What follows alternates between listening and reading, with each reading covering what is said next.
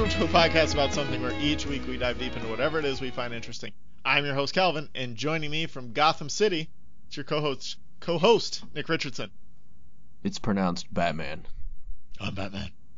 That was a pretty good one. Oh, fuck. I've heard a lot of I'm Batmans. For the whole episode.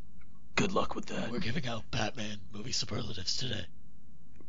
Calvin's going to be in the hospital. This is as far as I can go with this. I'm sorry. Hello and welcome to a podcast about something. I'm Batman, your host. I'm Batman. People are going to be like, click, fuck this shit. No, it's really going to be fun, guys. Just stay around, okay? Okay? I'm not going to keep doing the Batman. It's seamless. I don't know how he does it. I'm just going to throw it in every once in a while. It's going to happen. Sorry about that. I don't know how it's gonna sound like once I get the volume leveled and all that shit with my normal voice versus the back growl. I don't know how it's gonna work out, but the back growl, I like that. That sounds like its own unique fucking little toy. Yeah. Today, if you didn't hear Batman before, we're giving out Batman movie superlatives, and you know what we do. Is each month we give away made-up awards. We've been doing it for, I don't know, like 2 years now. We pick a type of movie, give up some made-up awards to different movies within that type of movie. No repeatsies, no take-backsies. And so this month it's Batman movies. All the Batman movies. We've held off this fucking long. I mean, you have no idea how much restraint Batman it takes movies Batman. Was like, honestly, one of the third, it was probably like the third or fourth movie superlatives outline I put together. I think that was one of the first subjects we ever breached when we talked to each other.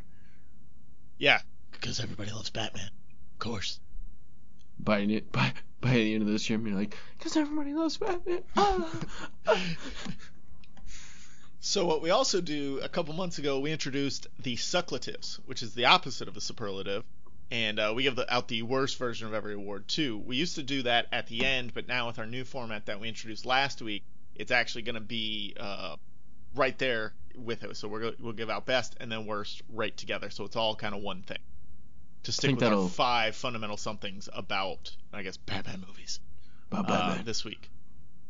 I have to like half yell to get a solid Batman voice going. I have no idea how it's going to turn out.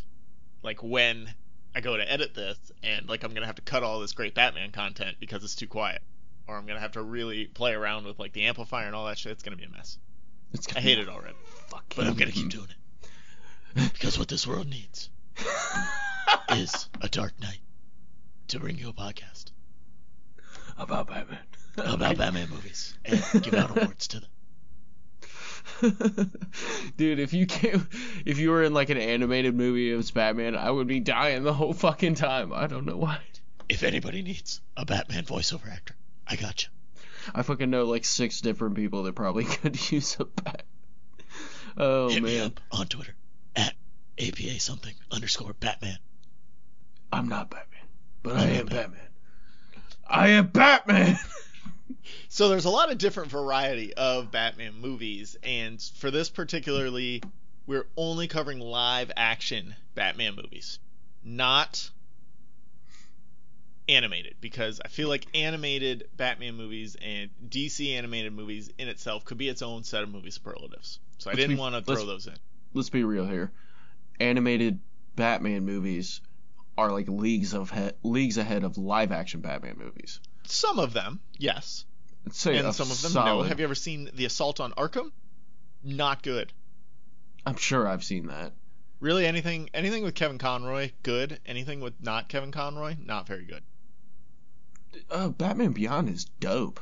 Well, yeah, okay, Batman Beyond doesn't count, because that's like a different Batman. That's Will Friedle, Eric Matthews, being Batman in the future.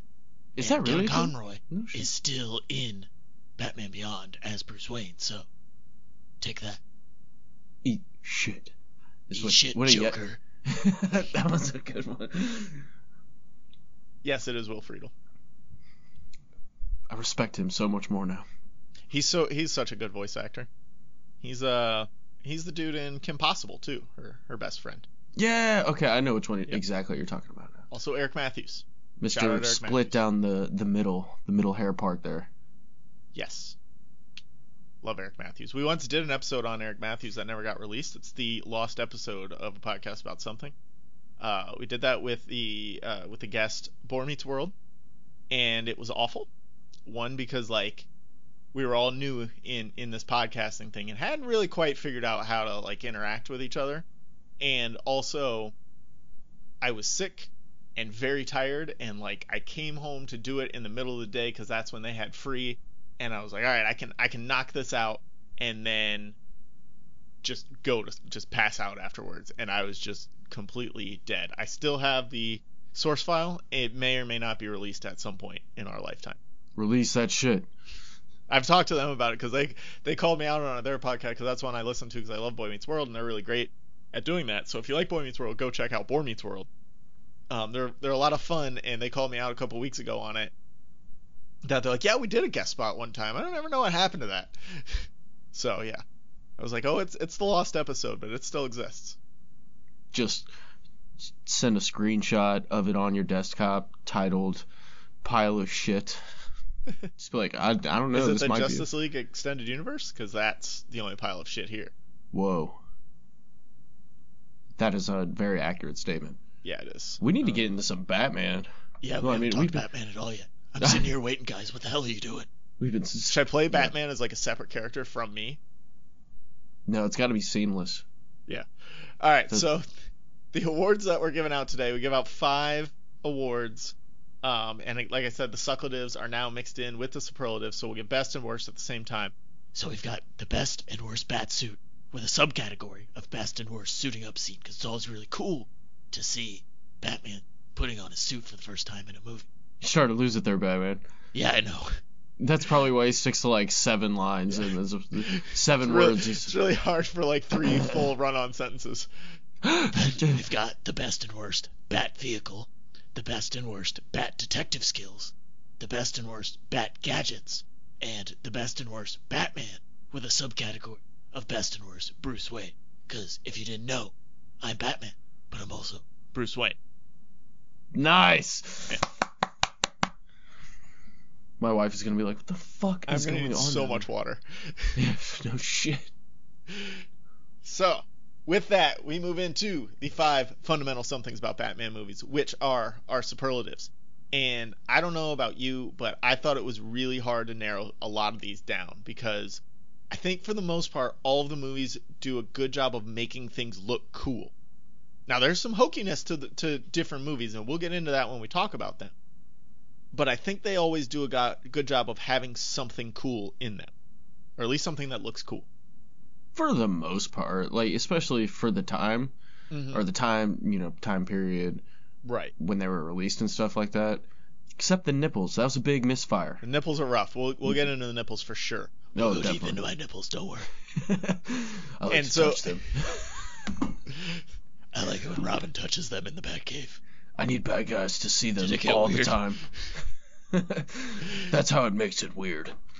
So for me, it was more of a task of what looked coolest in each movie, and also was that cool thing also the most functional version of it.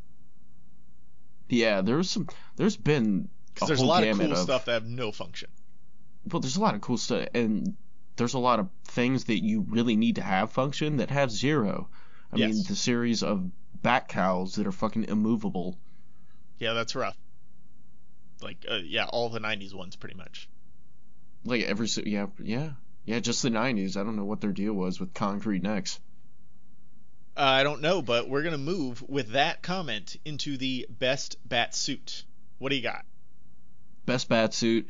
I got Batman vs. Superman. I like that. Because that shit was hella comic accurate for the most part. Like, it really invoked that Dark Knight Returns, like that aesthetic. And I mean, dude, Ben Affleck looks fucking amazing in that thing.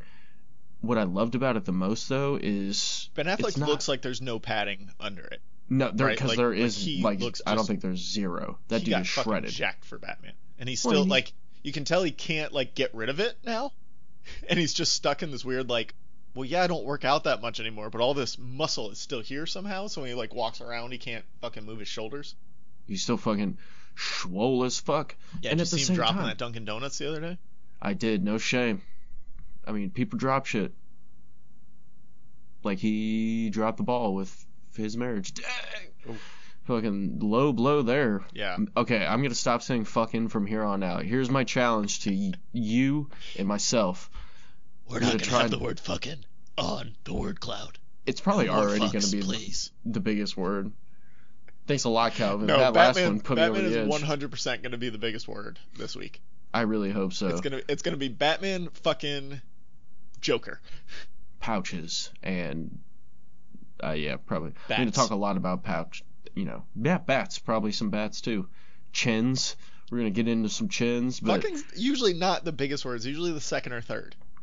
that one was. I mean, it's been pretty big because I say it all the time. Yeah. All right. I just love saying it. No but more anyways, fucks now. But fucking, just gotta get that last one out. But I love that the suit isn't over exaggerated. Like it doesn't. Like something Val Kilmer's suit really pissed me off about is that dude looked like he had a thumb from like his neck up. It was just a thumb. It's wide as fuck. It didn't make any sense to me. Whereas pretty much everything on Ben Affleck is really contoured. It's not, he doesn't have extra fins and all that shit. Right. But yep. The best part about it is it's practical as fuck. It is bulletproof. At least in the helmet, it can. At least in the helmet, Takes one right off the helmet. I mean, he gets domed. He does get stabbed. It has quite a bit of resistance, but that's pretty uniform. If you stab Batman, he's gonna feel it. Like that dude gets stabbed or attempted stabbed often throughout all the mediums, and his gauntlets and his boots / gadgets. Like his whole aesthetic is dope, but the fact his gloves had the built-in, not brass knuckles but carbon fiber knuckles, I think is what you would say it as, and he's got a lot of tech going on in what looks like a very simplistic suit. There's a lot more to it, and the utility belt does a lot of heavy lifting there. That and he utilizes it the best, I think, right. Especially in combat. It seems more natural for Ben Affleck's version of Batman than any other one I've seen. Yeah, I agree. I like that pick. I like it too. And yeah.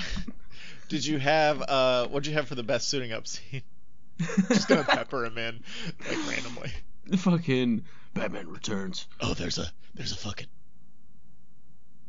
I didn't even notice I did it. I'm is there a good Batman? Now. So Batman Returns is the only one I didn't watch over this month because I watched it in December when we were doing the Christmas adjacent movies. So that's the only one I didn't rewatch right now. Does he have a good suiting up scene there? Well, the reason I think it's a solid suiting up scene is because he's just like a regular normal guy outside of being, Batman and a billionaire. But he just has his suit on like regular ass hangers, and he has just 10 pairs of boots and gloves and bat suits that are made of rubber, I think. I don't remember what those ones are, but that's what I was gonna say when you were talking about the Batman Forever suit is that it was 50 pounds of black rubber, pretty much. So that's why it gets that look and feel like a giant dick, is what you wanted to say, but you said thumb for some reason. I don't know why. Spy Kids. I've been thinking about Spy Kids often. Yeah, and so that's why that one looks so unwieldy, and I think the Batman and Robin one was still rubber, but I think they found ways to make it a little more movable. But Val Kilmer was rough moving around in his suit. Well, yeah, I mean, he did not look comfortable. So it was just something I thought was great because it was so simple. He has it hidden in like a vault. It's not even all that hidden, but it's in a vault for sure. And he just walks in, gets dressed, and then he walks out. It's just like, so that's how it happens. Yes, Batman gets dressed just like you, one leg at a time. It's not instant. So I went with Fucking, Batman 1989. I like the classic style of I Batman do like that. 1989 for the best bat suit, not for the suiting up. I'll get to the suiting up in a minute. He had the big cape that he could glide around with, just kind of terrify bad guys, making himself look much bigger than he is. Michael Keaton's not a big guy, but he's got the big cape. He can kind of swoop in on you. He's got a lot of stuff going on in the utility belt, which is a lot. That's important. You got to have a good utility belt. Well, if you're Batman, fuck yeah, that's like 60% of his persona. As the Batman v Superman one, as you mentioned, like I like that one too, but I didn't want to put it here because I've got Batman v Superman somewhere else. It has the perfect combination of function and style, and I think that's why it wins. The Nolan Trilogy is probably the most functional, but it looks basic, as in like Batman's a basic bitch in the Nolan Trilogy. See, I disagree super hard with you on that. It's too tactical. It's too black. I like the yellow insignia in the middle. I like all that. I like the classic look with a little bit of flair to it. I feel like the Nolan Trilogy doesn't have any flair in it. See, I feel like the Nolan Trilogy is more exaggerated. That's kind of what I meant by the extra tactical. It's just super ornate. Like armor. Like you can tell it's armor. Well, and I really hate the way it cups his face. Like he looks like he has a bitch ass weak chin. The cowl is rough. Yeah, it's not tight, but it's not the best in You said Batman Returns? No, Batman. Batman. It's not the best in Batman either. It looks cool in the shadows, so dope in the shadows, but out of the shadows, which is a super tight Ninja Turtle theme, it doesn't look it looks like a Neanderthal. Basically had a form-fitting rubber suit poured over his head. He moves roughly in it, but I'm just looking at the suit in itself, right? Aesthetically, that's what it looks like. If you say so. We're free to disagree here, and I think the Schumacher suits, they get the look, like they've got some cool looks if you disregard the nipples. All right, let's just disregard the nipples for a minute. But how could you disregard the nipples, Calvin?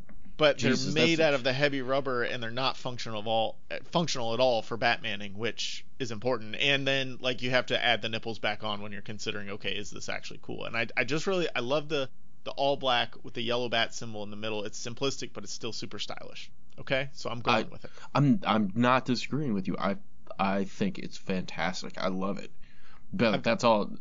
I just think the cowl on that suit, the only imperfection I can find is the cowl. That's fair. It just looks like a Cro-Magnon. You know what else? Going back to Batman v Superman for a minute, because I'm looking at my Batman shelf right now. It has hints of the 90s cartoon, the animated series, with just the all gray, the black bat. Obviously, the black bat is taken more from Batman Returns, the Dark Knight Returns. But just that kind of gray, all gray suit, I like that. I like the all gray suit. I think you're actually right on this, but again, I got to use Batman v Superman later. That's fair. They really did a great job with it, and the fact it's not a muscle suit really stands out. Being 6'3", and he's probably pushing 250, 260 in that movie. Especially in that movie, yeah. Yeah, he's fucking It's like jacked. fucking LeBron wearing Batman suit is what he is. Right, but 5 inches shorter. And said the F word. You did, or me? I did. I was going to say, I didn't even realize. Son of a bitch. I had a quick honorable mention to the Batman and Robin snowsuits. I always love those. The bluish silver accents on the suits are super cool. Dude, I still have one of those action figures. I have the fucking damn it. I have the Robin one. I had at Colby Mack on Twitter, our boy. Colby told me. He brought I was talking about when I was watching these two movies, and he brought up that he had the action figures. I still have them. I've got the Batgirl in that suit. I've got the Robin somewhere in that suit, and then I've got a different Robin from that movie too. I've got a Mr. Freeze from that movie. I've got Poison Ivy from that movie. I had a Bane, but I don't see it up there. It just might not have made the shelf. I don't think I ever. Oh, I did have a Batman. It was like one of the quick change ones. Right, where you take off the cowl and Bruce Wayne would be underneath. So I had that one, and he had like the clip-on skates because everything was snow.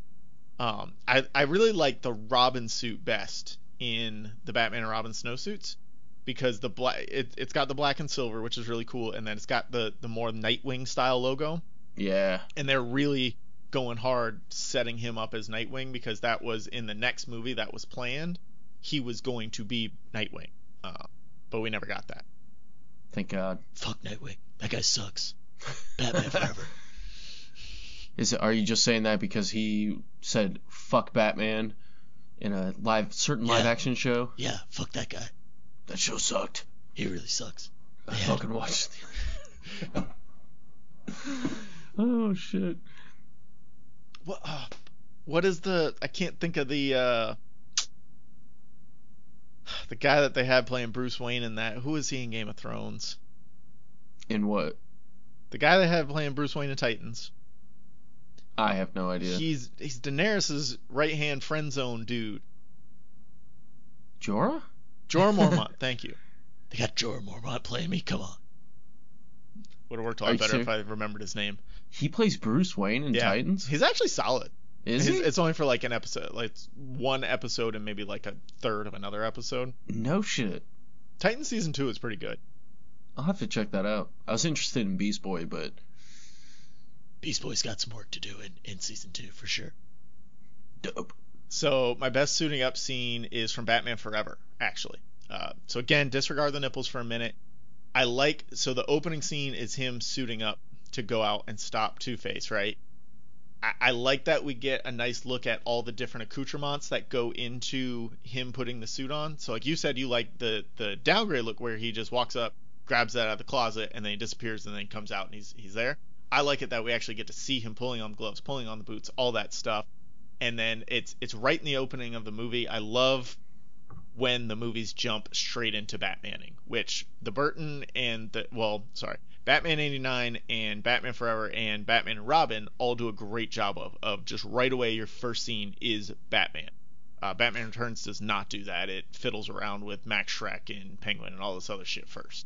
Oh yeah, but that was actually my runner-up because I love the close-up look of like all the gadgets. Yeah, and the gadgets, that was the other thing.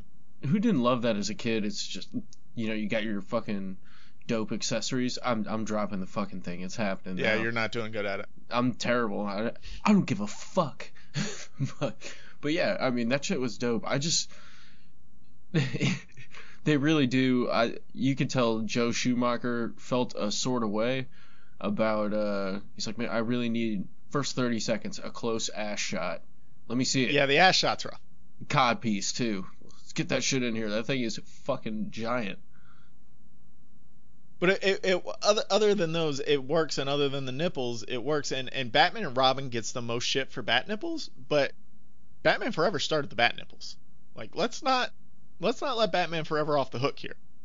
Well, I mean, at least Val Kilmer was a better Batman Bruce Wayne. I think that's why he gets a little more slack. That's debatable, and we're gonna have that debate later. Whoa. But I don't. Well, so Batman and Robin was a worse movie, and that's why it gets more slack. So I think people just tack on the bat nipples to everything else that's wrong with Batman and Robin.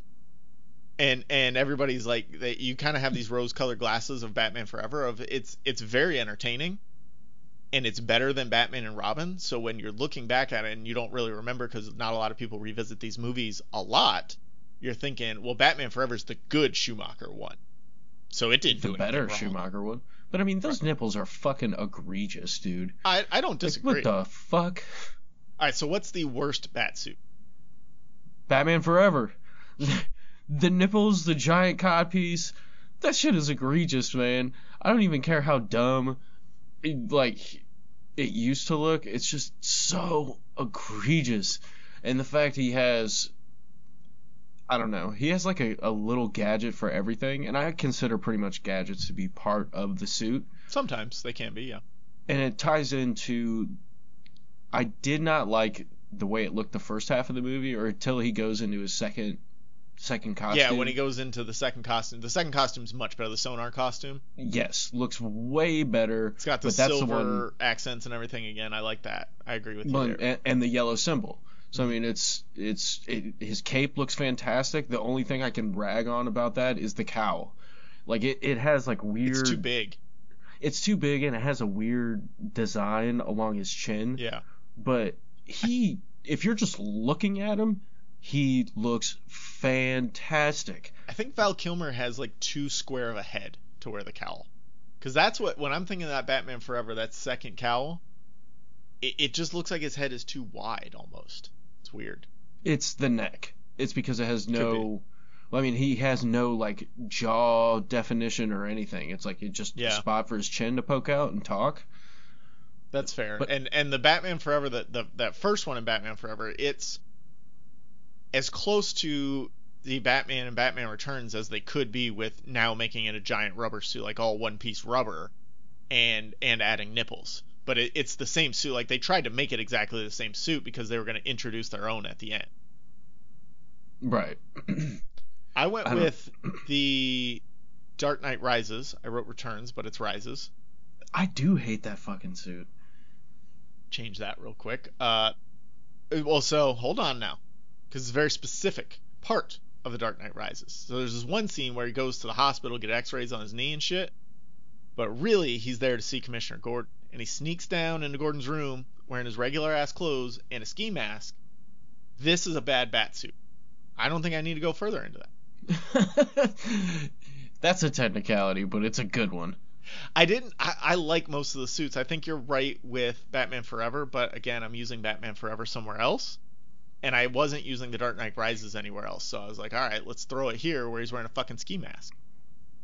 I think the Rises suit, I really just don't like it because you see him in daylight. When you see him in daylight, it's just like, man, that does not look good. Well, and so I think that's my problem with the whole Nolan trilogy is it's the same suit.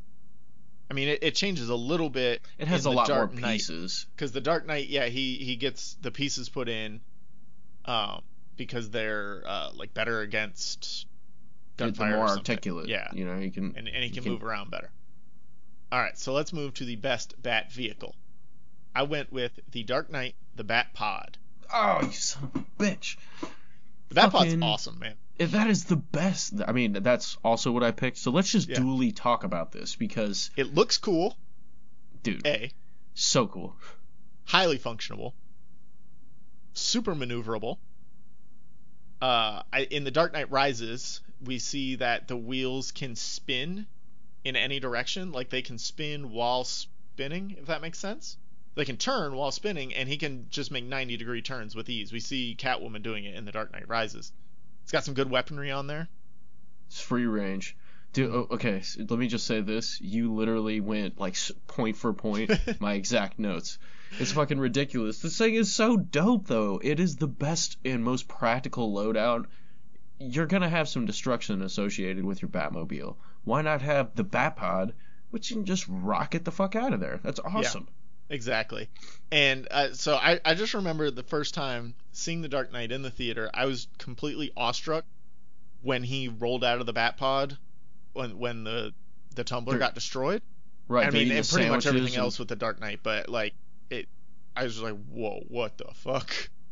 Well, yeah, I thought he was gonna self-destruct for a second when it starts shaking, and then it's like, oh, and the cinematography of that scene is so perfect. Yeah, when blasting out and then just hauling ass after the Joker. It's one of the best scenes in any Batman movie. Oh, dude, absolutely. And the fact he flips a goddamn semi, that is amazing. Well, yeah, and then he uses it to catch Joker immediately. So you have that, like him crashing the tumbler, pulling out in the Batpod, and then going after Joker and flipping the semi, and then Gordon showing up and actually, like, you know, pulling the gun on Joker and arresting him. Spoilers, I guess. That's a great little 5-minute stretch. Yeah, it really is. It's one of the most intense, you know, come on, hit me. Shit is so good. I have 3 honorable mentions for the best Bat vehicle because there's so many good Bat vehicles. Ooh. I went with the Ice Mobiles and Batman and Robin. The Ice Mobiles? I don't even remember those. So, Robin's kind of looked dumb. He's got like some weird Zamboni type thing, but Batman's got this glider with ice shields on it, super dope, and then Batgirl has an ice bat cycle, which is doper even more than the bat glider. I think Batman and Robin didn't do a lot right, but I think they hit the nail on the head with the ice bat looks. Everything was super cool with these bluish silver accents. I feel like they just stopped ice right gear was there. good. Yeah. They were like, yeah. They're like, all right, we got Mr. Freeze. Let's design some cool ice shit, and then just call it a day. Whatever else happens is fine. Yeah, we're there for it. So again, honorable mention number 2 is Batman 89 and Batman Returns. One of the best one of the best looking Batmobiles across all media. That first on-screen Batmobile. Oh, it's fantastic with the jet engine. Mm-hmm. It's not incredibly functional like some of the other Bat vehicles that we've been talking about, but it looks awesome. And if I got to ride in a Batmobile, like a genie grants me a wish, and I'm like, okay, you can ride in any Batmobile, that's the one I'm picking. I don't know. I'd probably pick the Tumbler. I'd be blasting through shit like Tumbler almost won worst Bat vehicle for me. It is basically a tank on I hate the Tumbler. No, I would pick either the 89 Batmobile or the animated series Batmobile. That's a good one, too. Those are my 2 favorites. That is a dope-ass toy. Yeah, I got it. I got the big one. I figured you were going to say that. I also got a Bat Cycle from the animated series that I didn't even know existed. Oh, nice. Yeah. I'll probably have to post a picture of my Bat wall for everyone. And then I had for my 3rd honorable mention the Batman Forever Batmobile before it gets wrecked. It's just a cool new look. It's got like the cool blue. They went deep into the neon blue for Batman Forever. It's got flames coming out everywhere, tons of gadgets, including it's got a grappling hook in there so it can drive up a wall. It got bat symbols on the wheels. What did you say?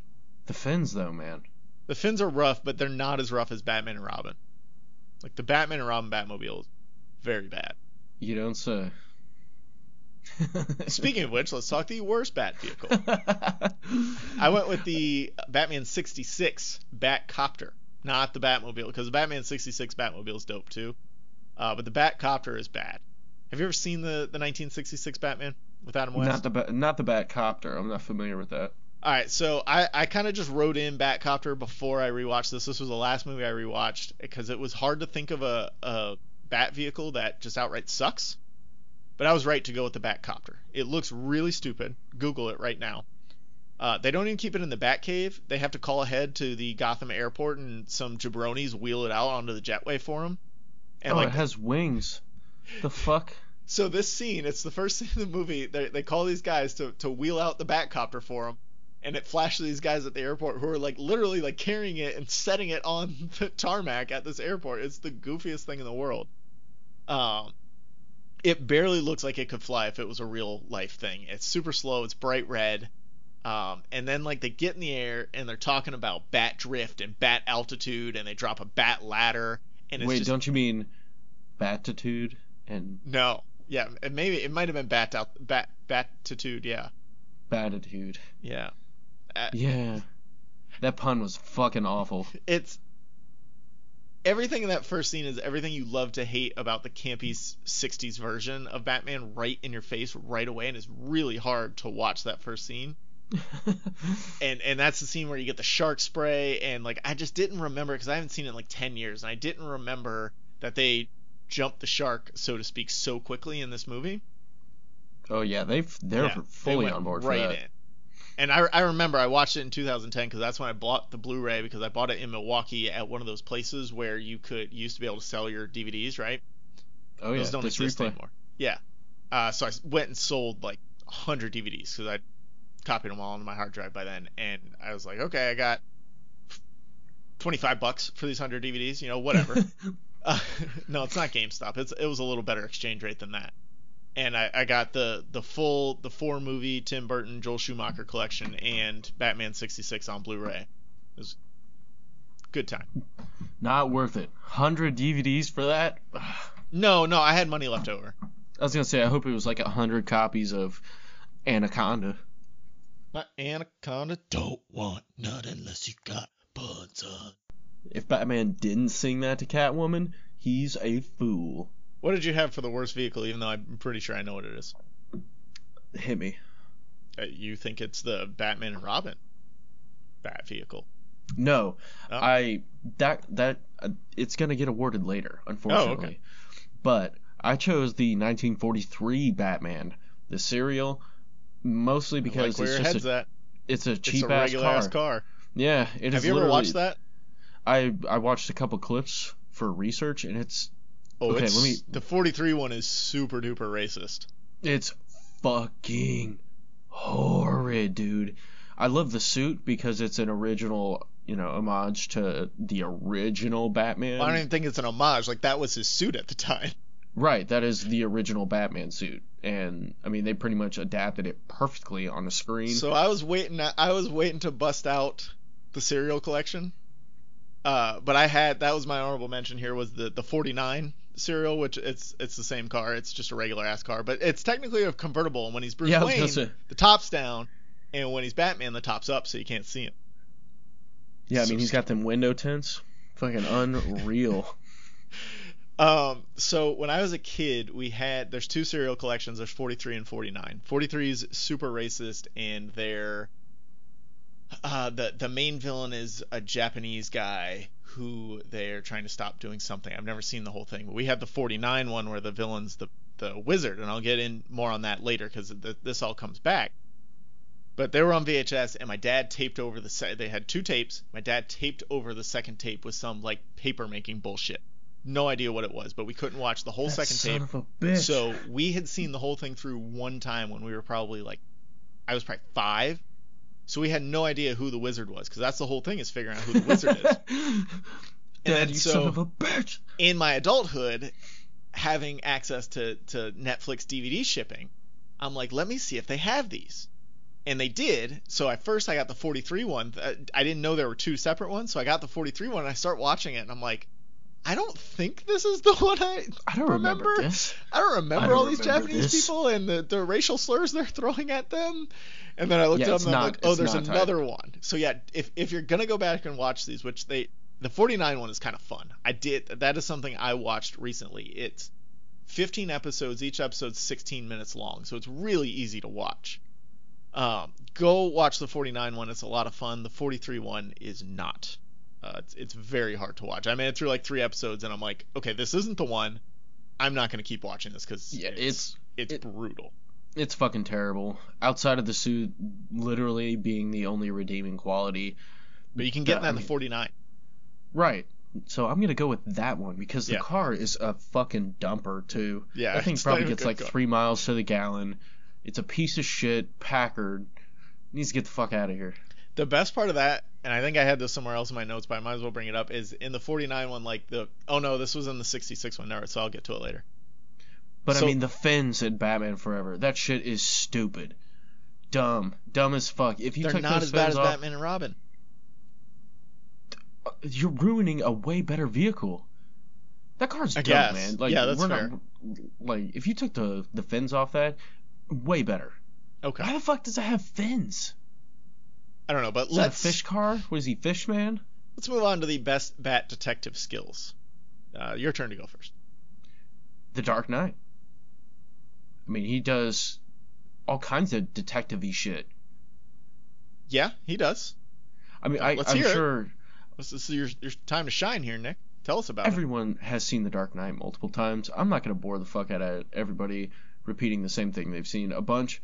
But, I mean, he figures out the plot against the mayor and Commissioner Gordon and all that good stuff. He recreates the bullet in the wall, stuff like that.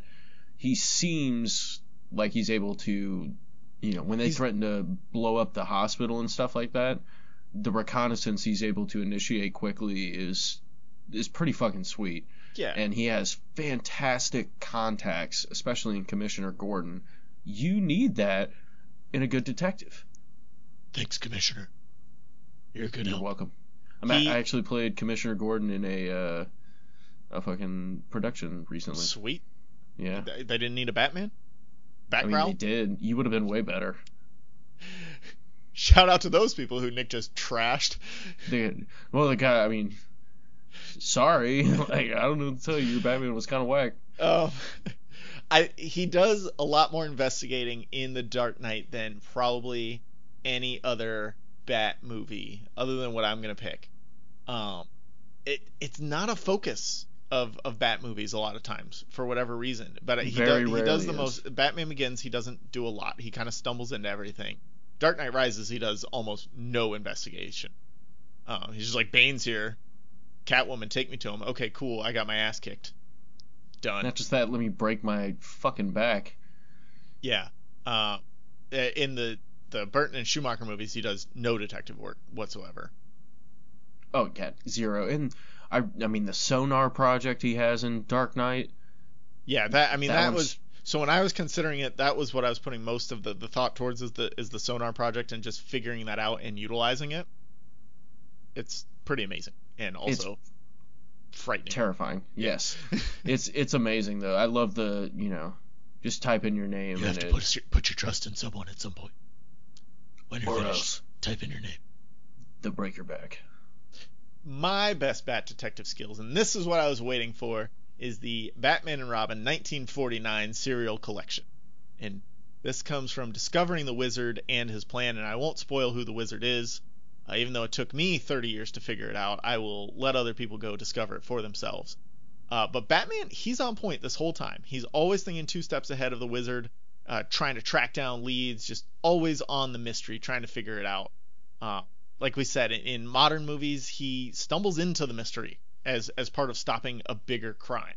And then he's just like, oh, well, this crime is going on. It must be because of this. It's not solving anything. It's like the mystery's just there. Hey, dog, your mom's name's Martha, too? Yeah. Shit. The serial collection, it starts with a real crime. They're stealing a machine that can remote control any vehicle, and it runs on diamonds.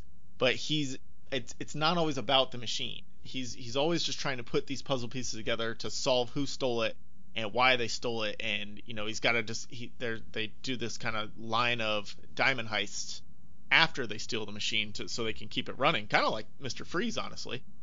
He's got to get those diamonds to run his suit. Nice to meet you. He's really looking into each one. He's not just beating up goons until he beats up the right goon. He's tracking down leads. He's thinking of things. He's talking it over with Commissioner Gordon, talking it over with Robin. Vicky Vale's there as a photographer. Like, they're all going back and forth trying to figure this out.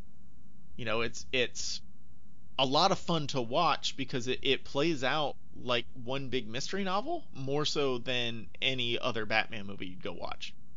Well, I mean, he fits right in with like the noir style of production. I think it's right. And I think it's a limitation of what you could do in 1949. Like, you can't really have him fly. The fight choreography is rough, but so you could put all that work into detective work. And also, when you have 15 episodes, which I think I did the math, it's like 4 hours. When you have 4 hours, you have a lot more time to kind of spread that out, and they leave every episode on a cliffhanger, so that kind of builds the mystery as well. Of course, you gots to. And this is what I want out of a modern Batman movie, though. Like, can we please just get a real detective movie, but with Batman being the detective? Think of any movie you're writing for Denzel Washington right now, and just sub in Batman there. Honestly, I think the Batman's going to be a heavy focus on. I hope it is the detective aspect.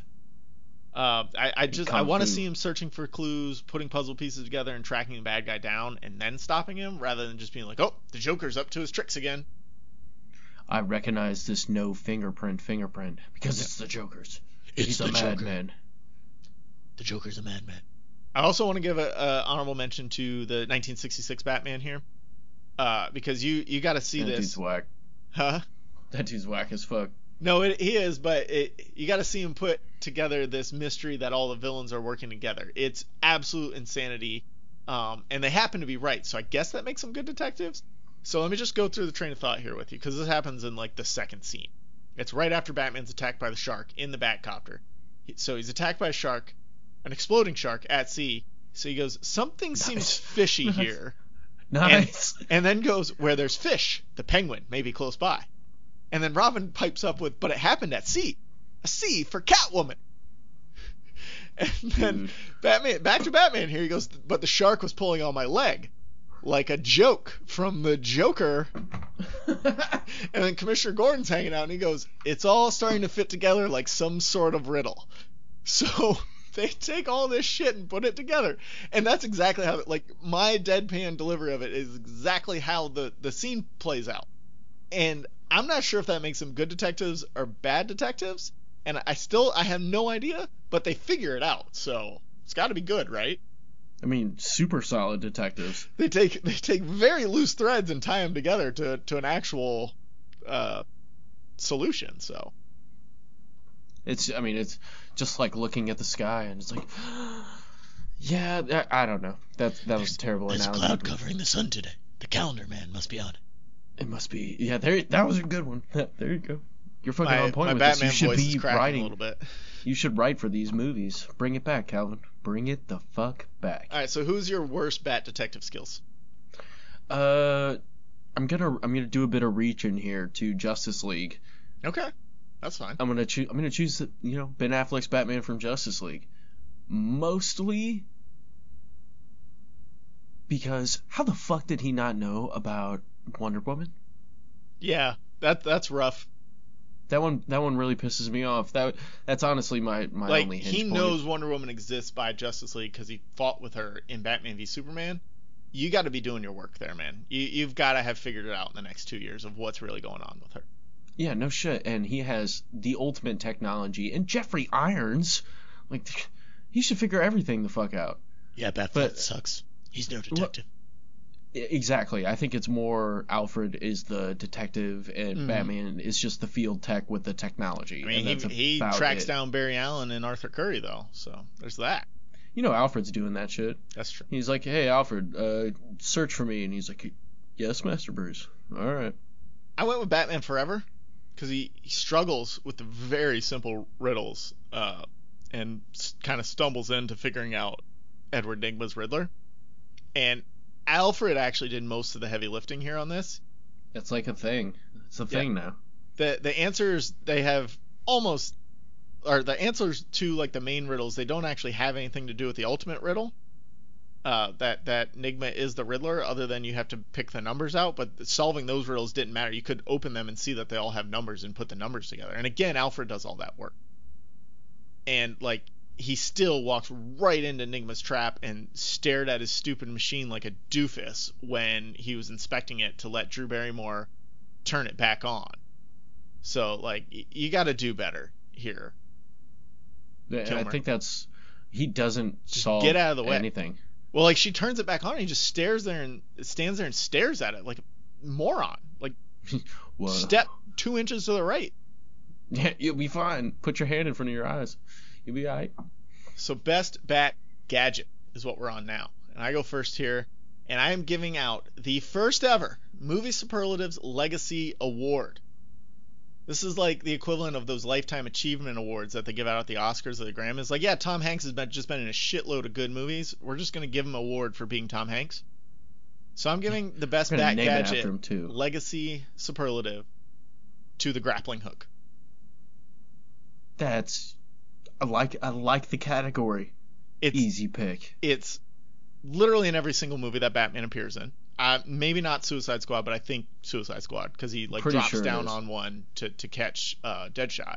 Right. And each iteration it comes up in, it's cooler than the last. Like, they always find new ways to innovate the grappling hook, which is great. He finds new ways to deploy and utilize his grappling hooks. The Batmobiles often have grappling hooks used in some way. So I'm just giving this award to scale buildings to all grappling hooks in all movies because without them, everyone would have died 1,000 times in Batman movies. Yeah, I mean, so many people would have been dropped into acid or from a high height. Yeah, or run over by a car that he didn't, scale them up real quick on it. I did have some honorable mentions that I won't go into detail on because, again, this is the Legacy Award. I went with the other ones in contention were the Skyhook from The Dark Knight. That was a dope one. Super knee brace from Dark Knight Rises. The Kryptonite Spear from Batman vs Superman, and the remote control Batarang in Batman Return.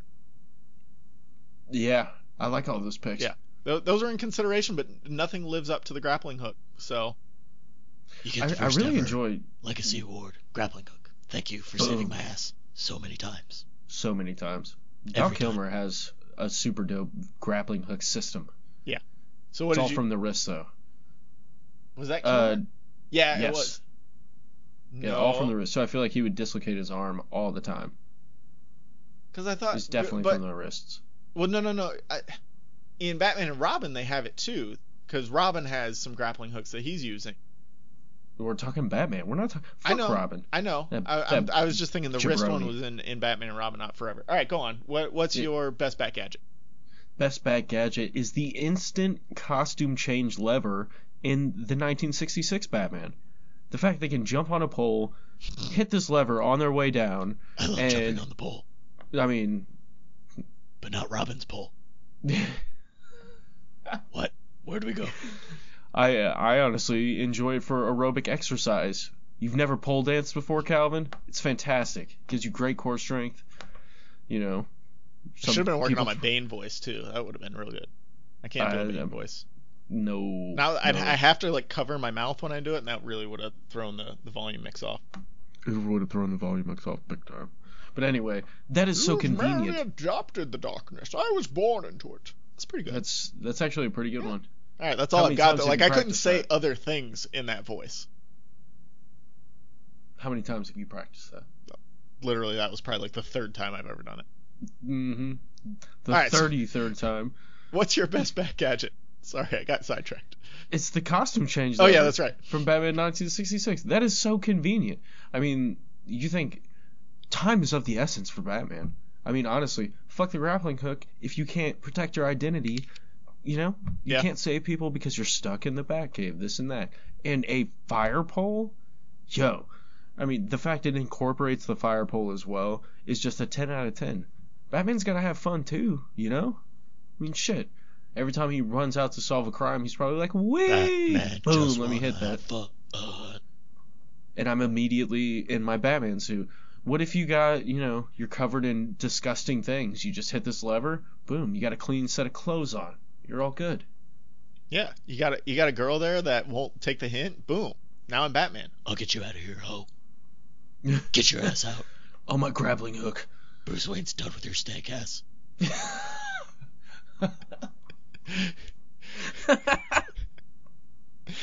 Wow, that's really terrible. Tell Bruce he's the fucking asshole. I will.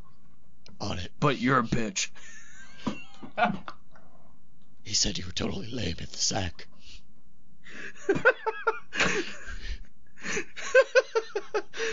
I'm playing all these scenarios. You're totally lame. And so that's another thing in the 49 serial is like Batman and Bruce Wayne, like Vicky Vale's this close to figuring out that they're the same person, right? So he does all this shit that makes them seem like they're like close friends. So he'd be like, "Oh yeah, Bruce Wayne, he's a great guy," and then Bruce Wayne would be like, "Oh yeah, that Batman, he's really something." So like they really got each other's back. He's a huge dick, and he's rich. Yeah. If you want to go down on someone, that Wayne guy, he's the one to go. I fucking know what I'm like. All right, he's his own best wingman. Let's move to the worst Bat Gadget. I went with Batman and Robin, the Bat credit card. Oh man. What? Okay, I'm in the same movie. No, I'm in the same movie, but that's pretty whack. They just slapped a Batman. What bank is giving Batman a line of credit? How is he going to establish it? What collateral does Batman have? Probably Deutsche Bank. Is he going in the store and buying things with his Bat credit card, or is it just there for hot chick auctions? Because I was assuming he was sending Alfred to the store. He's mail ordering Bat things. I see it. You know, I've seen him in Macy's when I was a security guard. He buys very, you know, man weird underwear. I don't know where I was going with that, but he was in. Do you guys sell? Need a double XL. You know, Bruce Wayne, he's got a big package, but not as big as mine. I need a thong because chafing. There's just so many questions that the Bat credit card raises, and none of them are necessary or worthwhile to explore. So it's rough. It's fucking useless. All right. So what is your worst Bat Gadget before I go and spin and ride here for Batman and Robin? What the fuck would you use that for? You driving through McDonald's? You're like, put it on my card. The Bat card. Thanks. I'll have a Big Mac. I guess chicks would just start showing their tits every time you did that. You see this? It's the Bat card. What's your worst Bat Gadget? Worst Bat Gadget is the plastic lips used by Robin in Batman they work, and Robin. Though. They work more than the Bat credit card. That shit is dumb as fuck, man. I agree. He looked like he had lip gloss on from a mile away, and Rubber you think lips this? are immune to your charms. You think he's not like, or Poison Ivy's not like, Like she just what's grab on your him and lips? kiss him again. Yeah, she's just like, listen here, nipples, get over here. And he's like, all right, fam, I'm here now. What's up? And yeah, I just thought that was fucking dumb. It's like, why don't you just not kiss her? Yeah. Why don't you be a man and fucking... Or yeah, just walk, like you're on the fucking plant with her. Just arrest her, do whatever you're doing anyway. Like, why do you have to kiss her in that situation? Just fucking whoop her ass. Yeah. She's a supervillain. It counts. Like, it's cool. Well, Batgirl's on her way. It's fine. So, hear me out for a Hold second. on. Wait. Till Batgirl gets here. Then it's fucking on. Hear me out for a second here. Some people, they might want to fast forward for the next 3 minutes or so, but I've got to spin because it's my contention that Batman and Robin actually holds up pretty well. The hell it does. Just wait. It's Nope. completely campy and over the top. But everyone in the movie is doing exactly what they need to do at the exact level they need to do it in order to actually make this work. Because just listen, let's think about this. This is a movie about two guys who dress up as a bat and a bird, and later a girl who also joins them dressing up like a bat, trying to stop a man that was frozen so badly he has to stay in a perpetual state of freezing temperatures in this big-ass suit that runs on diamonds just to survive while on his own mission to save his cryogenically frozen wife with a terminal illness, and because he can't save her, now he just wants to freeze the whole city instead so they can live freely together. Meanwhile, a lady that has somehow been imbued with the ability to control plants and create violent mutant hybrid animal plants and make men fall in love with her with these pheromones and can also kiss them to death, decides that she wants to rid the world of humanity so plants can better survive, and she brings along her meathead powered by an illegal concoction of snake venom and other poisons to help her out. And these two people, the plant lady and the guy that wants to freeze the earth, seemingly completely disparate plots here, decide they're going to work together. Right? That's this movie in a nutshell. That's literally like every Batman story ever. It's the execution. But that's all the script. No, that's all the script. That's the craziness. Joker being crazy in The Dark Knight is none of these levels of crazy. Right?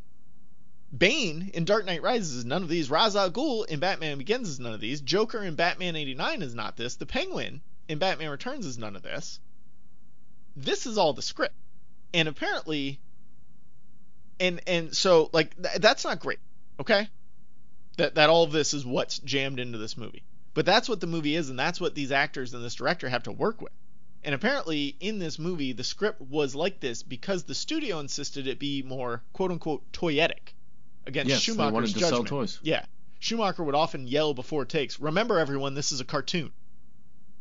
So like everyone involved knows what it is. And so at that point you can only play this campy and over the top.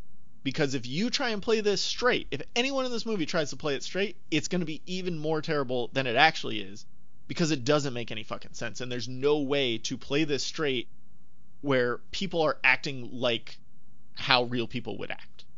You need ice puns and bat puns and this super manufactured conflict between Batman and Robin. And a Bane that can barely speak, and Uma Thurman just oozing sexiness with absolutely no substance. And Chris O'Donnell doing it, whatever the hell it is he does. And there needs to be an underground motorcycle race that's operated by Coolio. Like... Dude, it's outlandish for real. But if you didn't give me that 4.5 minutes of backstory, it doesn't matter. It's a bad movie. But can you imagine Bale's Batman in this movie? No, absolutely not, because you can't. He would be beating the shit out of everyone. Right, you can't put this realistic guy in this weird ass script. That's fair though. I mean, it holds a special place in my heart. Yeah, not gonna lie. If this is the script you're given, you can only at that point steer into it. And I think everyone does a perfect job of doing exactly that. They make this movie the best that it could have possibly been. If anybody else is doing this, I don't think it works, because it works on a level if you're looking at it as entertainment. It does not work on a level as like this is a good plot or story or anything else, obviously. But at the end of the day, it's still super fun to watch. No. It is. Disagree. It is. It's fun. No. Nope. Well, Colby Mack agrees with me, so that's all that matters.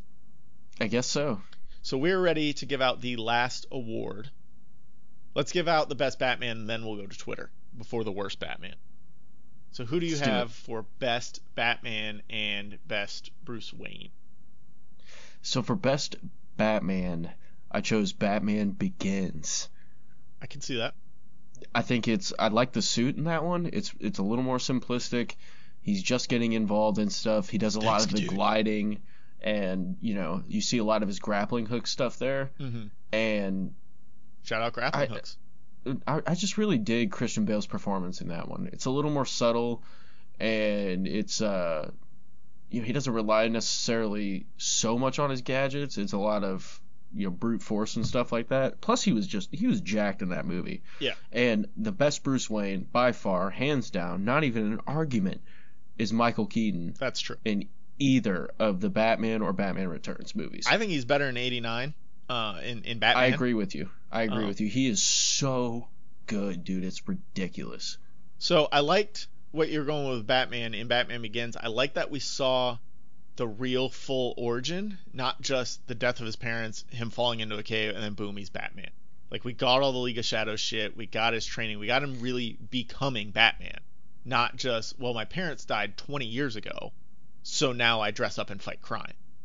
Like, that you have the, okay, I'm going to go live on the streets and be a criminal to see how that works. I'm going to give away all my worldly possessions, not give away, but leave all my worldly possessions behind and, steal food because I'm hungry and live in a prison because I got caught.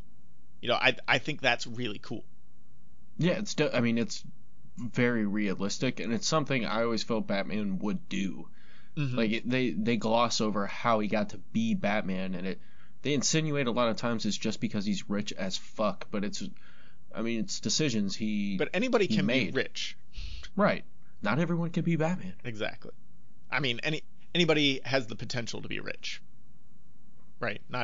Obviously, there are other strictures in place that won't allow a lot of people to be rich, but anybody has that potential to become rich. Yeah, no doubt.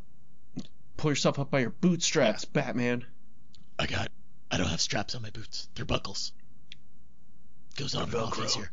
I'm getting a little older. Arthritis in my hands. It's very bad. My best Batman was Batman v Superman, Dawn of Justice. And I think this is truly Batman at the height of his powers. He's using all of his intellect to track and attempt to defeat Superman, which is what you need. You need this guy who's always planning, always has a contingency for his contingencies. And at the end of the day, I think Batman is a strategist above all else. He has all the gadgets, he's strong, but he's got to have that strategy, and especially when now he's on the level of gods among men, right? He's got to be able to bring down Superman. And he spends most of Batman v Superman planning for the eventuality that he will need to take down Superman. And then he fucking does it. He wins this fight. It only stops because DC writers in the 40s only knew one name for a woman, right? We're just going to give everybody's mom the name Martha. And that'll never cause a problem. No, never. This will never come back to bite us in the ass 80 years down the road. No way. When we're trying to launch a universe to rival Marvel, that pissant company. But I really enjoyed Affleck's Batman. Watching him mow down goons in that warehouse is... Oh, dude, that's the best like it's an Arkham Batman game. Fight it's scene. Never not going to be cool. Yeah. And I think that's... I've rewatched that 10 times. That's where Justice League went wrong, too. Well, one place where they went wrong. They went a lot wrong. But they didn't let Batfleck fight any real people. It was all CGI. Yeah, bullshit. it was all the paratroopers or the parademons or whatever. So with guns. Yeah, and stuff, him fighting in that warehouse was awesome. And then even the nightmare scene in Batman v Superman it had a great fight sequence out of Batman in the extended cut. He's using guns and anything else at his disposal to escape from Superman, but Superman gets to him. I liked Affleck. Like, Affleck, he took this role to be Batman. Bruce Wayne didn't matter. He didn't need to exist in Batman v Superman. And I'm cool with that. Because it was one hell of a Batman performance. Dude, it was so good. Like, he physically looked like it, and he fought like it, too. Like, that's how Batman should fight. Yeah. Not Christian Bale's standard 3 fucking moves, or the choreographed I mean, bullshit the of hand to hand yesteryear. with Bane in Dark Knight Rises is pretty great. It's okay, but it took him Yeah. nearly 6 hours to fucking get there. He uses the same 3 moves throughout the first 2 movies. So I first saw Batman vs Superman in theaters, and then and I didn't like it. I didn't like the theatrical cut really at all. And then they released the extended cut, and I watched the extended cut on my tablet in the hospital while waiting for my second daughter to be born. So I'm not completely locked in. So it was really interesting to watch it again for real this time, like on my TV with all of the sound, everything, because I missed a lot of this movie, or I just didn't remember it. And so I'm watching, in the beginning of the extended cut, doesn't even feel like a movie. It's just kind of a bunch of scenes smashed together, and Justice League has a lot of that going on in it too. And we'll get back to Justice League. There's no narrative connection between it. Like, it's just a scene happens, and then we go to Gotham, and a scene happens there, and then we go to the desert, and a scene happens there, and then we're back in Metropolis, and a scene happens there, and then we're back in Gotham.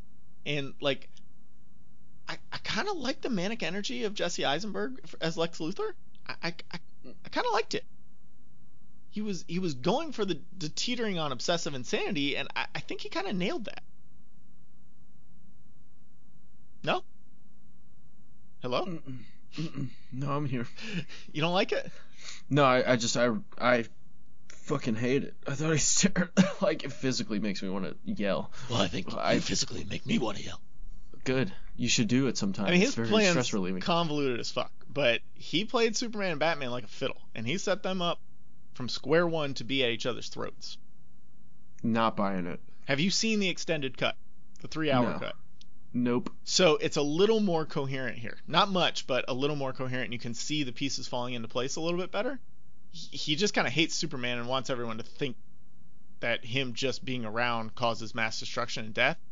And he lets Clark Kent believe that Batman is purposely setting up prisoners to die, kind of taking the justice into his own hands, so that Superman has no choice but to stop Batman. And Luthor knows the whole time that a clash with Batman is probably going to be the only thing that could stop Superman. Well, at least before he creates Doomsday. Once he creates Doomsday, then he thinks it's that. And none of this really works or is played out really in the theatrical cut, and it kind of sucks for that. But Luthor's plan, you get a better sense of it in the extended cut. I mean, they can clear all that up with a conversation. It takes a couple, but yeah.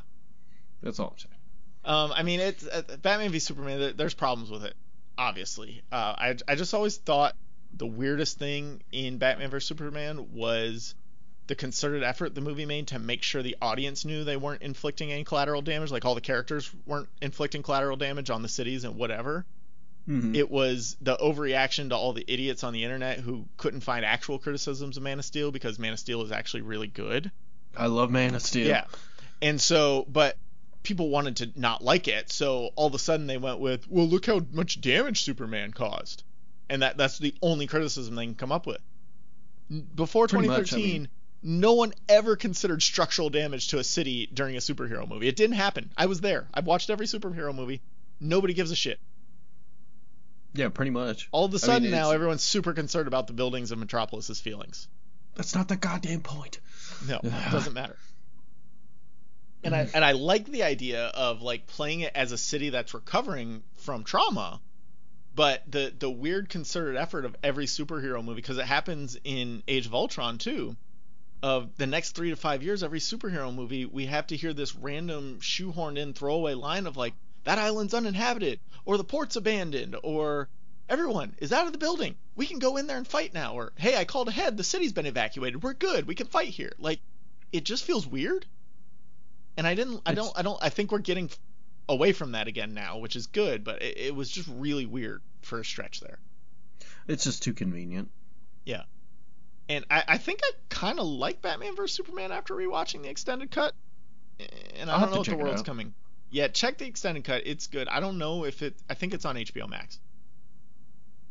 There you go. So, yeah, check the extended cut. If you haven't seen the Batman vs Superman extended cut, you have to at least give it a chance before fully grading the movie, because the extended cut is much better. And I sound like one of these fucking Blade Runner film guys who's like, well, you know, Calvin. The theatrical release, blah blah blah blah.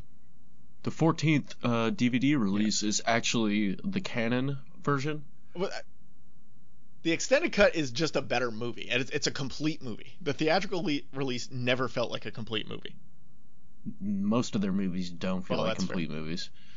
I agree with best Bruce Wayne on Michael Keaton. He's got that manic energy and like the distant stoicism that could only belong to someone who pretends to be a bat and beats the shit out of mentally ill criminals. And that scene with when they're in Vicky Vale's apartment, Joker shows up, and it's Keaton there, it's Bruce Wayne there, not Batman, and he just smashes the thing with the fireplace poker. Come on, let's get nuts! Like that's perfect Bruce Wayne, because he's got to put himself out there to make sure Joker knows he's legit and is a worthy foe, and to bring the focus onto him rather than Vicky Vale, and it's so much fun to watch Keaton being Batman, right? Or being Bruce Wayne. I know who you are. I love that part. Yeah. Bruce Wayne's really hard to pull off. Clooney and Kilmer, they don't get there on any of that. I think Christian Bale, I think he's good, but you don't get into the full insanity that Bruce Wayne would go through. No, he looks the part, but he's just too well put together. Yeah, if that makes sense. Michael Keaton is just so good, dude. Anything Bale does as Bruce Wayne directly impacts his life as Batman. He's only being Bruce Wayne to service Batman. We don't delve too deep into who Wayne actually is, other than his love for Rachel. And then Adam West is Adam West. Rachel! There's nothing in the 66 film can really be taken serious. Affleck didn't get a lot of time to flex as Bruce Wayne. He gets a little more in Justice League, but not too much. He's got those good moments with Barry Allen and with Arthur Curry. But again, Bruce Wayne's just there as a proxy for Batman, and I think that's something that the Burton films did really well, is they allowed the actors to build Bruce as a completely different character outside of Batman, and Michael Keaton was the best at this. Well, it's two sides of the same coin instead of just Batman and his shadow. Exactly. I want to give a special acknowledgement here to Alfred and Commissioner Gordon in the Burton Schumacher movies. So Alfred played by Michael Gough and Commissioner Gordon played by Pat Hingle. They were the only people to be in all four movies. So shout out to you guys. Reverse shout out. No. Because no one else is in all four movies. Anyway. No, here is the reverse special acknowledgement. It's Alfred in the 66 Batman. Because Bruce Wayne is there's a scene where he's hooking up with Selena Kyle, but he has to ask Alfred and Robin to keep an eye on the date in case anything's going fishy, because he thought she was going to slip on a banana peel or something. Very long story about solving a riddle, and none of it makes sense. Not important, but they're listening in on his date, and Robin, he's a good dude. He wants to turn off the monitor when Bruce starts getting it in with Catwoman, and Alfred reassures him that this is what Bruce wants. Bruce wants them watching all the time, which just begs the question, how often is Alfred the perv spying on Bruce's escapades? Because he's really into it. Because Robin tries several times to turn it off, and Alfred's just nah, dude, it's cool. He's this makes me really uncomfortable, Alfred. And he's I don't care. We're supposed to watch him. I feel we should have had a best bat helper category. Best Alfred, probably, but we can't get into that because I'll talk about Alfred for some days. Even if you stretch it to best bat Alfred, you include Robin's then, or best bat helper, you include Robin's, Batwoman's, Commissioner Gordon's. Best Bat family member. Yeah. I think Commissioner Gordon in the Nolanverse takes it hands down, but... Well, yeah. All right, so let's go to Twitter. We asked, who's the best Batman? Leave a comment for a shout out on this week's episode. The options on the poll, that's at APA something. You can also follow Nick at alone_podcast. The options were Michael Keaton, Ben Affleck, Adam West, and other. I specifically left off Christian Bale so we'd get some flow and some comments here, because I knew a lot of people would vote for Christian Bale. Christian Bale! Michael Keaton wins with 50%. Ben Affleck. Oh, wow, that's close. Ben Affleck, 19.3%. Adam West somehow pulls 17%. And other with 13%. Ugh. Yeah. So Top Dad Podcast at Top Dad says, why would anyone pick Ben Affleck? I thought that was just there so people remember he played Batman. Ben Affleck's an amazing Batman. He's pretty Shut solid. your whore mouth. We just talked about it. In Poor Taste at In Poor Taste Pod, the guy who didn't play Batman because Batman is lame and boring. Your podcast is lame and boring. That's what I've got to say about that. I've actually never listened to the In Poor Taste podcast. It might be good. I don't know. But Batman doesn't like it, apparently. Yeah, Batman. Crime and Music at Crime and Music. Thomas Wayne from Flashpoint. Like, yeah, that's a great point, but I should have specified only live action performances here. Yeah, Calvin. Sorry. Fuck. Thomas Wayne's Flashpoint is real good. Fucking- He's a good Batman. He looks dumb as shit. Like his chin and Yeah, face. the chin looks Suit's bad. dope. I was gonna say the suit is one of the best. Yeah. Strikes My Fancy podcast. That Strikes Me Fancy. George Clooney with a laughing emoji, which I'm hoping this person is Being sarcastic, because Clooney sucks. Sucks big ones. Clooney sucks. Clooney sucks.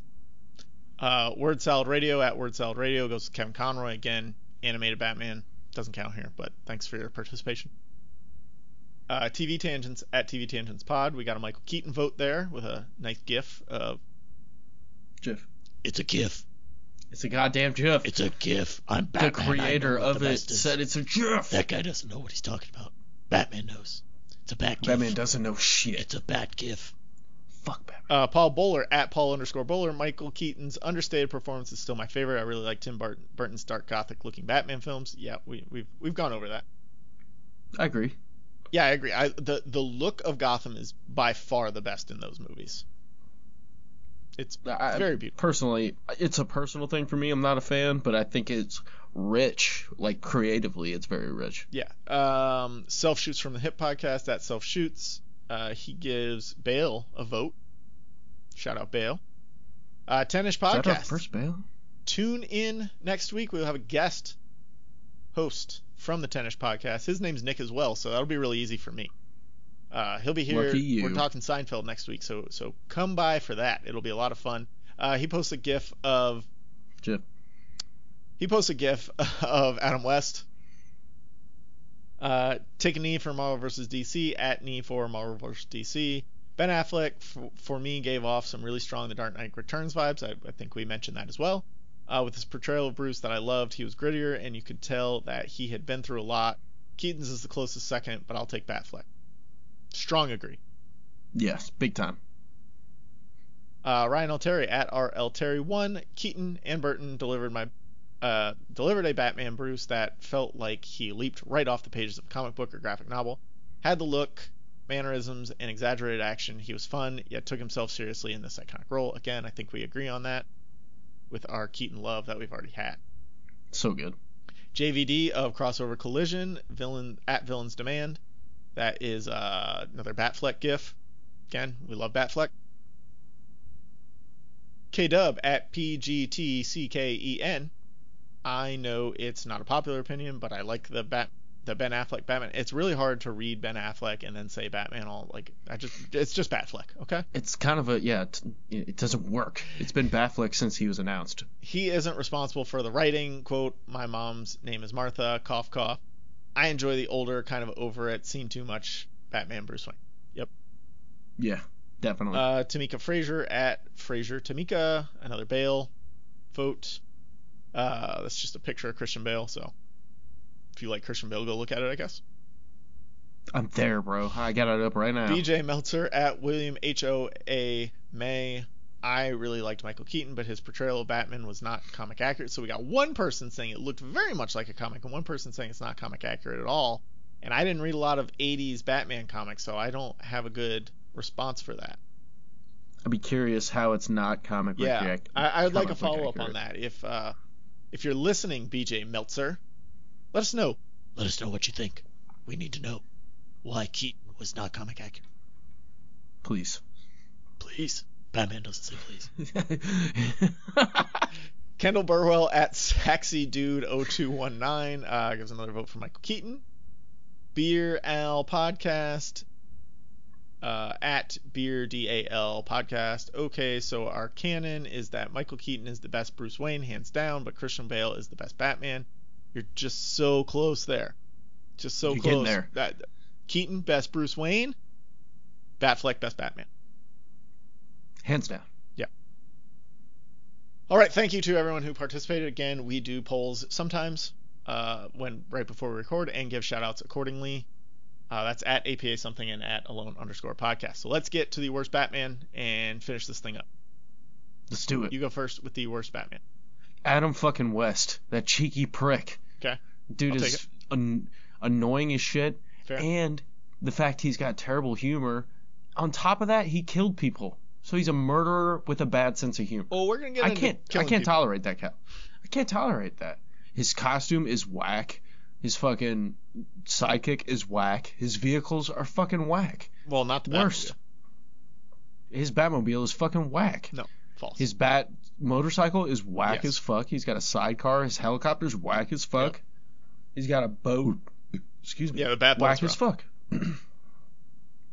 I feel like you've watched the entire Batman 66 in YouTube clips and you just don't know it. Like, you've seen everything. Probably. I went with Suicide Squad. It's the worst Batman because I love Batfleck, but he exists in this movie.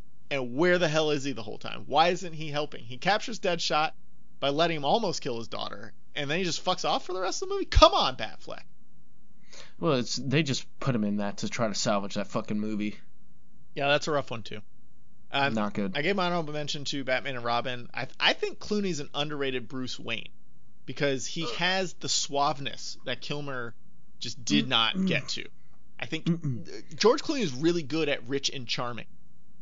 Yeah, but he's a dick. Yeah. He's a fucking asshole. My the whole favorite time. is when they're arguing over Poison Ivy and like Robin's all like, "Oh, she loves me, she wants this, blah blah blah," and he's like, "She's trying to kill you, Dick." And it works on so many levels because his name's Dick and he's being a dick. So he's just like, "She's trying to kill you, Dick," and I think only Clooney can pull that off. Keaton could have pulled it off too. I can hear it in my head right now as he says it. So great.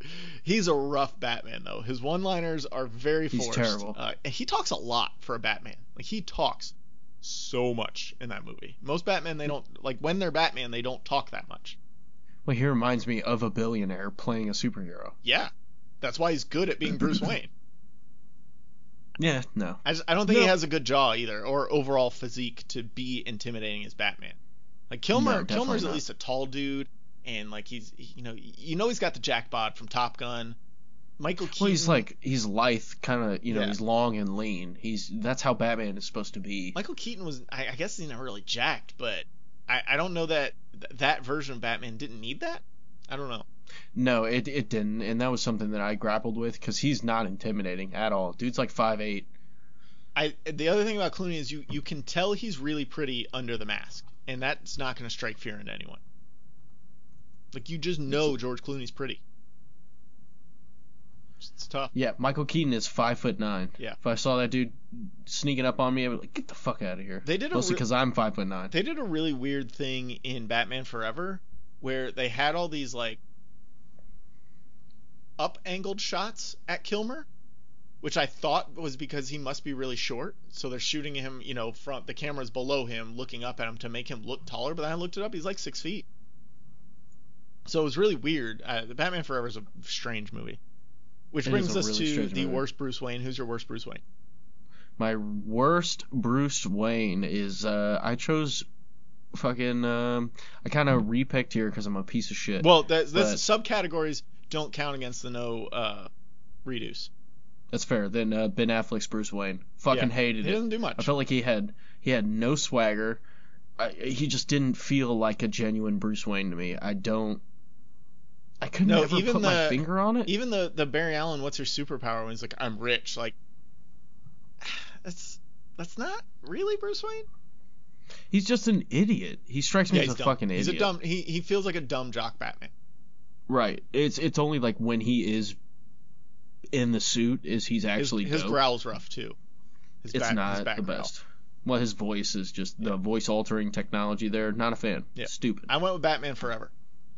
Like Val Kilmer doesn't pull off the charming or brooding well at all. No, the glasses don't help either. You need to at least be charming or brooding. You really need both, like Michael Keaton pulled off, like Bale does from time to time. Batfleck has a little bit of it. Kilmer has none of it. He just doesn't have it. Zero. He's paper. And he's got the pickup line against to try and get Chase Meridian to go to the circus with him, and it's one of the cringiest things I've ever seen when we've got to get you out of those clothes and into a black dress. Tell me, Doc, do you like the circus? The weirdest fucking thing. It's very weird. So I have a riddle for you. The other quick shout out I wanted to give was in the worst Bruce Wayne category is in the Adam West movie, the intro scene where they're first appearing on screen, there's a narrator. And just to sum all the campiness of it up, when introducing Bruce Wayne, the narrator's like, millionaire Bruce Wayne on his way home today. And he put so much pizzazz behind millionaire, and it means so little right now. Like, you can't be Batman in 2021 as only a millionaire. No, you got to be so just the like richest how man on Earth, how Elon excited Musk. The narrator was that millionaire Bruce Wayne was on his way home was very funny to me. All right, so now we're into the final stage here with the what would you do stage, and we're going to start by talking about Batman and his no killing rule, because that's been established historically as a no killing rule, but also historically it's complete bullshit. Yeah, he kills a shitload of people. Yeah, I've done the Even research. Adam West kills people. I thought that he killed at least one person in each Bat movie, except Suicide Squad, because he's only there for 30 seconds, so that one doesn't count. But there's one movie where he kills no one, and I'm gonna go through all of them so we can find. We're gonna determine the highest body count, or the body count of each movie, the full body count, what Batman's responsible for. So we want to see which one's the highest, which one's the lowest, and which one he has the highest percentage of the total body count. So what is he most responsible for in each movie? I'll let you handle all these numbers. Yeah, I went deep They're into the all statistics yours. here. So we want to know which movie does he kill the most people, or is at least responsible for the deaths of most people. And I want to give a shout out to moviebodycounts.com and the Batman fandom page and the rest of Google searching Batman kills movie title. It's a little messy because there's different sources, and the way the different sources calculated the kills or counted a kill, there were contradictions here and there. But I just kind of took the one that sounded most right. And so I have to start in 89 because moviebodycount.com didn't have entries for the serial films or Batman 66. I don't think he killed anyone in the 49 serial. He may have been responsible for a death or two, though. And he killed someone in 66. He did? Who? Yeah, he killed a couple robbers. Oh, okay. Yeah, like the random henchmen and stuff. Okay. So, but we're going to skip that. We're going to go straight to Batman 89. Total body count in Batman 89 was 56. Batman was responsible for 8 of those. Batman Returns, there's a total body count of 18, and he's responsible for only 2. So, good job. Better. Yeah, much better. Batman Forever has a total body count of 16, and he's responsible for 7 of those.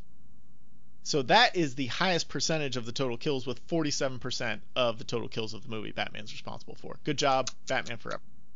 Son of a bitch. Batman and Robin, the total body count is 15, with a Batman body count of 0. He kills no one in Batman and Robin. Good job. Thank God. Batman Begins, there's a total body count of 18, and he has a body count of 4. Which I think you could probably give a little bit more because all those dudes in the League of Shadows. He killed like a whole compound of people. Yeah. I guess they don't. Whatever site I got this from didn't give those to him. Don't count ninjas, huh? Yeah. So the Dark Knight, there's a total body count of 36, and he's responsible for 6, and that's where we really go heavy-handed on his one rule because he's going against the Joker who doesn't have rules. Blah blah blah. And he still manages to kill 6 people. The Dark Knight Rises has a total body count of 14, and Batman is responsible for only 1 of those. Good job, Batman. I'm Batman. I didn't kill anyone. That wasn't my fault. They shouldn't have been standing. They know when the tumbler's coming through, you get the fuck out of the way, or you're gonna get got. Batman v Superman, there's a total body count of over 200.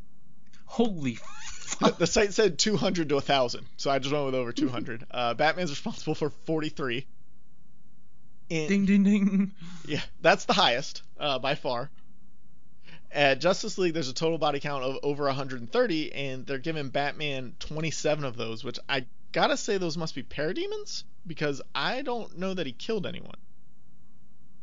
Not that I recall. No.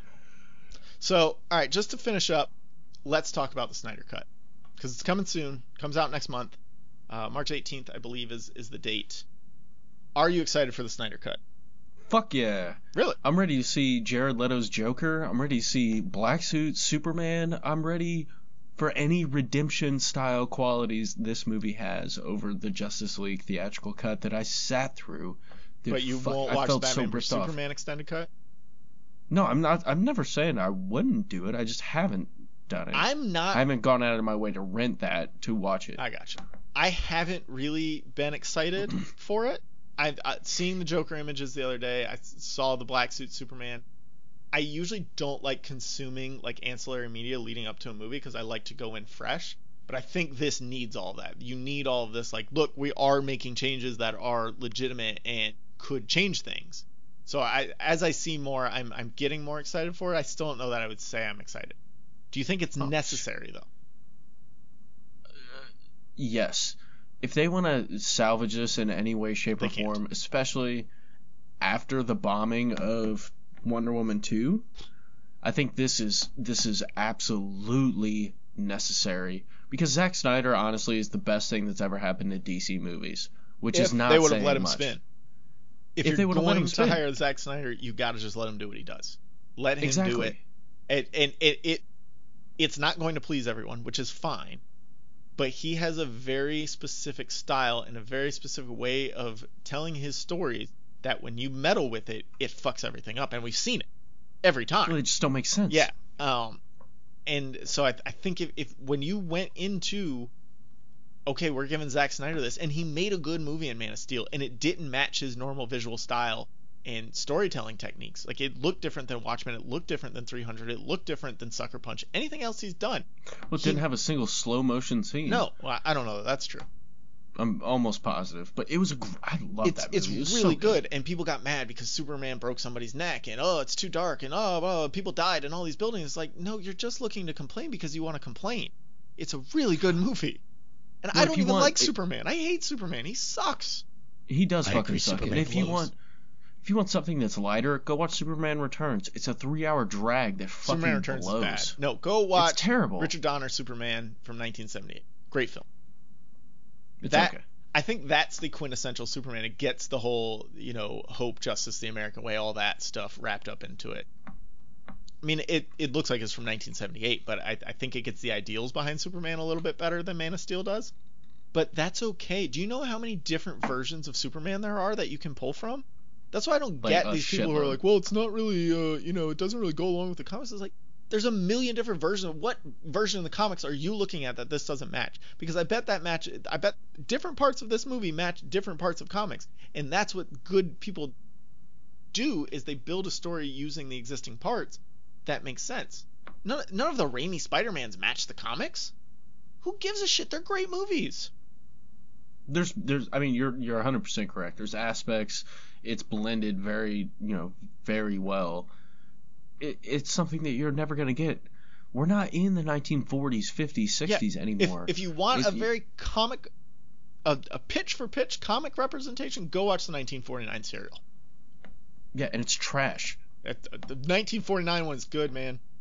You just wait till you figure out who the wizard is. I was thinking 43. Yeah, 43's trash. Just wait till you figure out who the wizard is. I'm fixing to. I don't think it's necessary. I think you can only polish a turd so much, but at the end of the day, it's still going to be a turd, and I don't think there's any saving this turd that is the Justice League movie or the Justice League pile of trash extended universe that they've set up. I think there's going to be a lot of bad wigs and makeup and even more CGI'd facial hair from like all these reshoots that they have to do. I think it's going to look even weirder and more disjointed than Justice League already did. And it's going to be 4 hours. So it's going to be a 4-hour weird Frankenstein's movie. All right. I could be swayed I respect here, that. especially after rewatching the Batman vs Superman extended cut and seeing how much sense when I was actually locked in on it made. I could be wrong. I don't think it's going to be great. Batman vs Superman extended cut is still not great, but I think Snyder made it watchable with what he did with the extended cut, and maybe he can make Justice League watchable. At 4 hours, it's going to be really hard. Well, it'll be a series. It's going to be, I'm pretty sure it's 2 or... I think they're putting it as 1 4-hour thing, especially because it's on HBO Max. I think they're putting it as 1 4-hour I thought they were splitting it up. But anyway, I don't know. I digress. We'll just have to wait and find out. I just don't think you should have to make 2 versions of all of your extended universe movies in order to make the universe make sense. That's my opinion. You do if you fuck it up the first time. I agree, but they've already fucked it up. Like, it's fucked. Move on. What are you going to move on to? Which brings me to... That's their bread and fucking butter. Do you care? I do. As evidenced by my arguing. I really want to see Zack Snyder succeed because I think it's not high art or anything like that, but his movies are enjoyable. Oh yeah, like if I can all just those movies sit I named, down, I enjoy watching. Well, Watchmen's a rough watch, Right. but not because I it's not enjoy comic Watchmen. accurate. Blah, blah. Like it's just long and sloggy. It's long and it's dry at parts because it's. I mean, And I'm not he's I'm not a adapting. Watchmen fan. I don't know anything about the Watchmen other than what I saw in the movie. So Well, I had to read it in college. It was actually assigned in my creative writing course. This motherfucker tried to get us to pay $75 for the Watchmen graphic novel through the college bookstore. Oh, yeah. It's like, yeah, right, son. You fucking idiot. I got this shit in paperback that's been chewed on by a mouse, so fuck you. But yeah, anyway, I digress. I enjoy Zack Snyder's movies. I'm gonna enjoy this unless it's just fucking horrible, which I don't think he could. I think there's only one way to go from what it was. Like, That's that true. was just a horrible movie. Yeah, I said I barely care. If it's good, great. We get a good Justice League movie, and we all still mostly move on because, like we've already said, the extended universe is a dumpster fire, and I think it needs a complete overhaul, especially after Wonder Woman 84 was so bad. Like, Wonder Woman was the saving grace, and Shazam was good too, and Aquaman was good too, but like Wonder Woman 84 was terrible. So if Shazam was okay and Aquaman was okay. they're watchable, okay, let's They're go watchable. with that. That's a good. Which is more than you can say for what Justice League is right now. In a month, it may be different, but after Wonder Woman 84, like Gal Gadot was supposed to be the saving grace of this. She was supposed to be the frontliner because Batfleck's mostly out. Henry Cavill's like half in, half out. He's like, if we're gonna make a good movie, maybe I'll show up. But like Gal Gadot was all in on Wonder Woman. They could keep making Wonder Woman movies with her, but I just don't think this extended universe should exist. I think they need to wash their hands. Yeah, and I think if this movie's bad, then we're at the same place we already are, except now we have two bad versions of a bad movie instead of one. Which, great, way to waste a bunch of money and everybody's time. I don't. The reason I don't care is because I don't know what the payoff is. If it's good, do you really think you're going to salvage this extended universe? Yes. Maybe Jim Gunn. Yeah, it's a possibility. Maybe James Gunn's that's all they're Suicide Squad searching is for. good, and you bring that back in. Maybe the Flash movie that may or may not happen is good, but Ray Fisher's mostly out as Cyborg. Like, he's got all kinds of shit going on with DC and Jeff Johns, and like I don't see him returning other than the Justice League, the Snyder Cut. So you're losing all of your people, and we don't know that any of your movies are going to actually ever be good. Guess we'll just have to wait and find out. Are you going to watch it? I think I answered that already. Yeah, of course. You're damn right. I'm here for almost every big brand superhero movie except Dark Phoenix. Fuck Dark Phoenix. I haven't even seen Don't. it, but I heard it's the worst. The worst. And I'm going to be able to watch this 4-hour movie comfortably in my home in less than a month. Like, let's fucking go. Let's get it. I'm ready to watch it. I don't know that I'm excited, but I'm ready. Like, I'm going to watch it. I'm going to be there the first. I'm not excited. You don't know excited. I just have no faith that the Snyder Cut is going to fix the Justice League. There's no way. Like, the extended universe. Like, I don't think it can happen. I mean, I've given my points. Yeah. I think we just have to wait. Like, and find I out. agree. There's a lot of cool stuff that has been set up in these movies that we're never going to get to see it play out because I don't think that this 4-hour movie can save it. There's always just been too many cooks in the kitchen, and they kept making changes at the drop of a hat because fans get mad about 10 seconds of footage they see in a teaser trailer or leaked footage. They really fucking do. Stop listening to fans. They're stupid. Bowing to fan reaction has worked one time ever, and that was with Sonic's goofy ass. That's the only time. And like the fact that they couldn't It's a tell precedent. that. Yeah, it worked one time. Every other time, it's made a bigger mess. The whole DC movieverse, we've seen it. Every time they've tried to make changes. We saw it with Suicide Squad, Batman vs. Superman, Justice League, even some bits of Shazam and Aquaman. They try to make these changes to make fans happy, and they just are stupid. Same thing with Star Wars. The Rise of Skywalker is completely terrible based on trying to bridge the gap of what fans think they want and what they actually want, and trying to make fans happy, but also not trying to piss off fans, but also pissing off people who actually like the movie. It was the Star Wars with the dumbest situation, and the way the Rise of Skywalker turned out is all because people were stupid and trying to listen to 1,000 voices that didn't matter.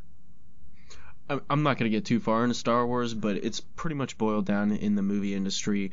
How can we make billions of dollars like Marvel? It's boiled down to fuck art, fuck making anything fun. It's for the money. But Star Wars was doing that. They didn't have to change anything.